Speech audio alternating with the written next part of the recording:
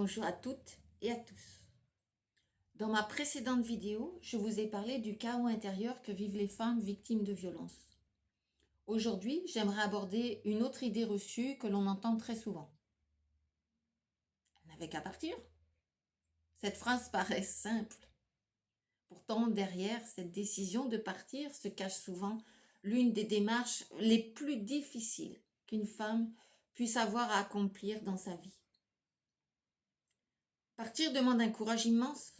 Pourquoi ?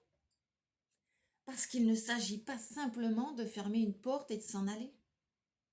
Il faut d'abord affronter la peur des réactions de l'autre, la peur de sa colère, la peur des représailles, la peur d'être suivie, harcelée ou menacée.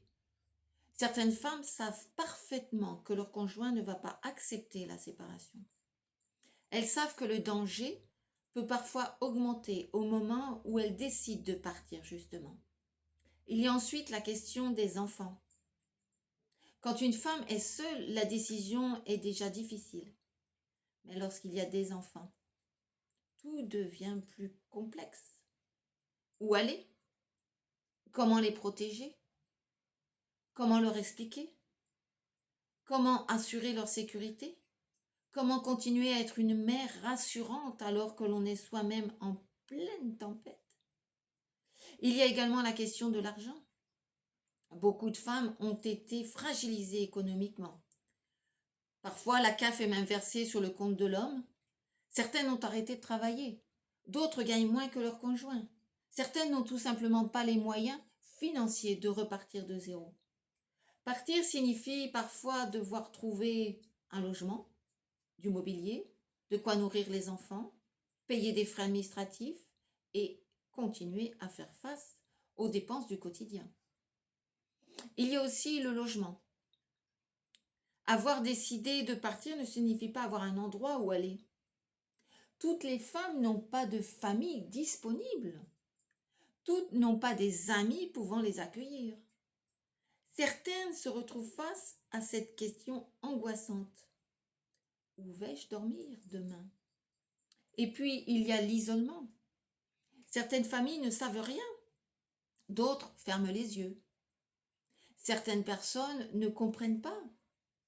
Certaines jugent. Certaines conseillent même de rester. Alors la femme avance souvent avec un sentiment de solitude immense. Mais ce n'est pas tout. Une fois la décision prise, commence souvent un autre combat. Le combat administratif, le combat juridique, les dépôts de plainte, les auditions, les procédures, les délais, les justificatifs, les preuves, les convocations, les démarches multiples. Tout cela alors même que la femme est déjà psychologiquement épuisée. Et contrairement à ce que beaucoup imaginent, la violence ne s'arrête pas toujours au moment de la séparation. Parfois, elle change simplement de forme. Le contrôle, le harcèlement, les menaces, les pressions, les manipulations, les conflits autour des enfants. C'est pour cette raison que partir demande un courage immense. Non pas parce que les femmes sont faibles, mais justement parce qu'elles doivent trouver une force extraordinaire pour avancer malgré la peur.